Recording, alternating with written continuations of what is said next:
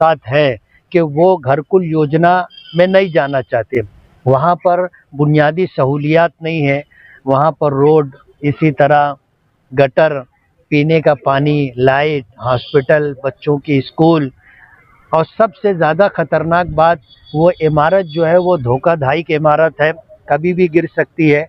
Flood zone. Marhaba collection mall, readymade कपड़ों का भरपूर खजाना, jeans pant, T shirt, cargo pant, night pant, बच्चे और बच्चियों के लिए अच्छे खूबसूरत और उम्दा ड्रेस। पता याद रखें, जमुर हाई स्कूल मेन रोड, जैतून हजीन मस्जिद के पास, मालदा चौक, मालेगांव। अल्हम्दुलिल्लाह अहलिही वस्सलातु अला अहलिहा। किला झोपड़पट्टी मालेगांव को लेकर कल हमने नासिक कलेक्टर से बात की, आईजी साहब से मुलाकात की, बात की, और सीनियर एसपी साहब से बात की। उन लोगों से गुफ्तगू करने के बाद अंदाज़ा ये हुआ कि हमारे अपने मसले का हल हमको अपने घर में ही ढूंढना है, और सबसे पहला मरहला जो है वो जगह उपलब्ध करके देना है, और ये काम शासन या फिर कारपोरेशन की तरफ से होगा। ये लोग जगह अगर फराहम कर देते हैं तो बस्ती वालों को कन्विंस करना और उनको उस जगह पर शिफ्ट करना हमारे लिए, सरकार के लिए आसान हो जाएगा। बात ये है कि पहले सिर्फ मालेगांव किला झोपड़पट्टी का मसला था, और किला झोपड़पट्टी में ख़ास तौर पर जावेद अब्दुल सत्तार हैं, साजिद मेंबर हैं, और जो कमेटी बनी थी ये हम लोग सब मिल करके ये मामला बरसों पहले से चला रहे थे, और लोक आयुक्त तक गए थे।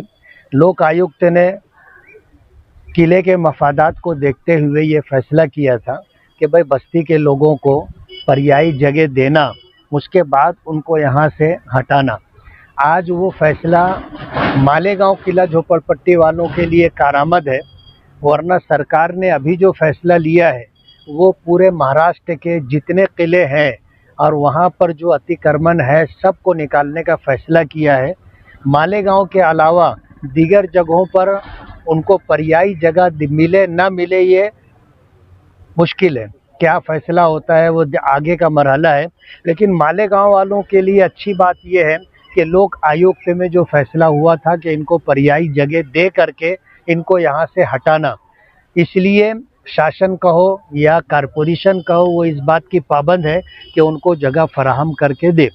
मालेगांव के लोगों को, ख़ास तौर पर किला झोपड़पट्टी के लोगों को मैंने बहुत सफाई के साथ ये बात कही थी कि पहले मसला सिर्फ हमारा अपना था, लेकिन अब सरकार ने पूरे महाराष्ट्र को सामने रख के फैसला लिया है कि तकरीबन 262 छोटे बड़े किले हैं, वहाँ जितना अतिक्रमण है सबको निकालना है। इसलिए अब अपने लिए मसला और भी मुश्किल हो गया है, हमें यहाँ से हटना पड़ेगा।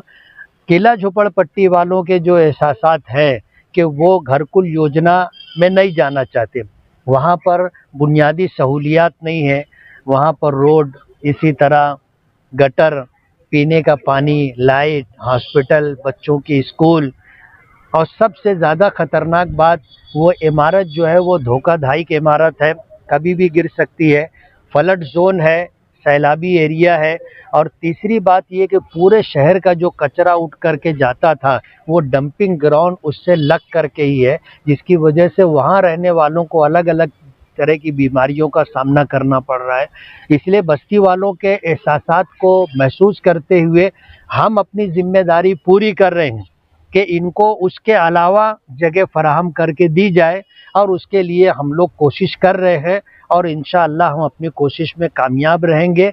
असबाब और हालात ऐसे दिख रहे हैं। तो हमने कल की मुलाकात के बाद आज कमिश्नर से, एडिशनल कलेक्टर से, प्रांत से, तहसीलदार से और एडिशनल एसपी से हमने सबसे मुलाकात की है, और इस मसले के लिए हम पहले से मैदान में, आज नए नए लोग मैदान में आ रहे हैं और हमदर्दी जता रहे हैं, और क्या सूरत हाल बन रही है मुझसे ज़्यादा मीडिया के लोग जानते हैं। और इस सिलसिले के अंदर किला झोपड़पट्टी वालों के साथ हम हैं, और इंशाअल्लाह उनको इत्मीनान हो, समाधान हो, ऐसा कोई हल निकाल कर देने की हम पूरी कोशिश करेंगे। किला झोपड़पट्टी के ताल्लुक से जो कुछ चल रहा है मालेगांव शहर में, हमें इस बात का बड़ा दुख और अफसोस हुआ कि कौम में मुनाफिक का काम किया जा रहा है। एक तरफ किला झोपड़पट्टी के कुछ लोगों को या एक तबके को ये बोला जा रहा है कि हम आपको कोई अच्छी जगह बसा दिया जाएंगे, और एक शख्स को जो पच्चर है उसको नफरत फैलाने के लिए, शहर में फ़ज़ा ख़राब करने के लिए खड़ा कर दिया गया है कि वो बोल रहा है कि यहाँ ताजमहल भी बन के मिलेगा तो हम नहीं जाएंगे। ऐसी बातें वो कर रहा है। मुझको अच्छी तरह याद है कि निहाल साहब झोपड़पट्टी बसाए सभा बनाकर बरसहा बरस सियासत की। आज तक, अभी तक निहाल साहब दुनिया से चले गए, मगर अभी तक कहीं भी किसी भी झोपड़पट्टी को तोड़कर वहाँ पक्के मकानात नहीं बना के दिए गए। यहाँ तक कि शेख रशीद साहब जब एमएलए पहली बार बने तो मर्चेंट नगर में भी रूहीदास पाटिल को लाकर टीकम लगाया गया कि इस जगह भी पक्के मकानात बना कर दिए जाएंगे। आज तक वहाँ भी कोई पक्के मकानात नहीं बने। ये सिर्फ आवाम को धोखा देने के लिए और आपस में नाइंतफाकी पैदा करने के लिए सब किया जा रहा है, जिसकी हम मजम्मत करते हैं। और इंशाअल्लाह मुफ्ती साहब की क़यादत में जो प्रोग्राम, जो काम चल रहा है किला झोपड़पट्टी के ताल्लुक से, उसमें इंशाअल्लाह हमें कामयाबी मिलेगी। अल्लाह की ज़ात पर हमें भरोसा है। और सबसे मेन बात यह है ना कि नीयत साफ़ है तो मंजिल आसान है। किला झोपड़पट्टी वाले 11,000 कॉलोनी में जाने का नहीं बोलते। अगर ऐसा कुछ फैसला हुआ तो फिर क्या करेंगे आप? हम लोग पूरी कोशिश में हैं कि 11,000 कॉलोनी में ना जाना पड़े। इसी के लिए हम पूरी जद्दोजहद कर रहे हैं और तमाम ऑफिसरान से मिल रहे हैं।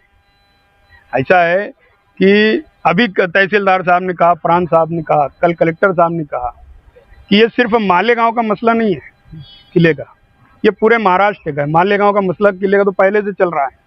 यहाँ सबसे बड़ी फायदे वाली बात यह है कि लोक आयुक्त ने जो फैसला दिया है कि इनको मुतबादिल जगह दी जाए पहले, ये हमारे लिए सबसे बड़ा बेनिफिट है। वरना दूसरी जगह तो ऐसे ही उजाड़ दिया जाएगा, कोई जगह नहीं दी जाएगी, कोई उनको सहूलत नहीं मिलेगी।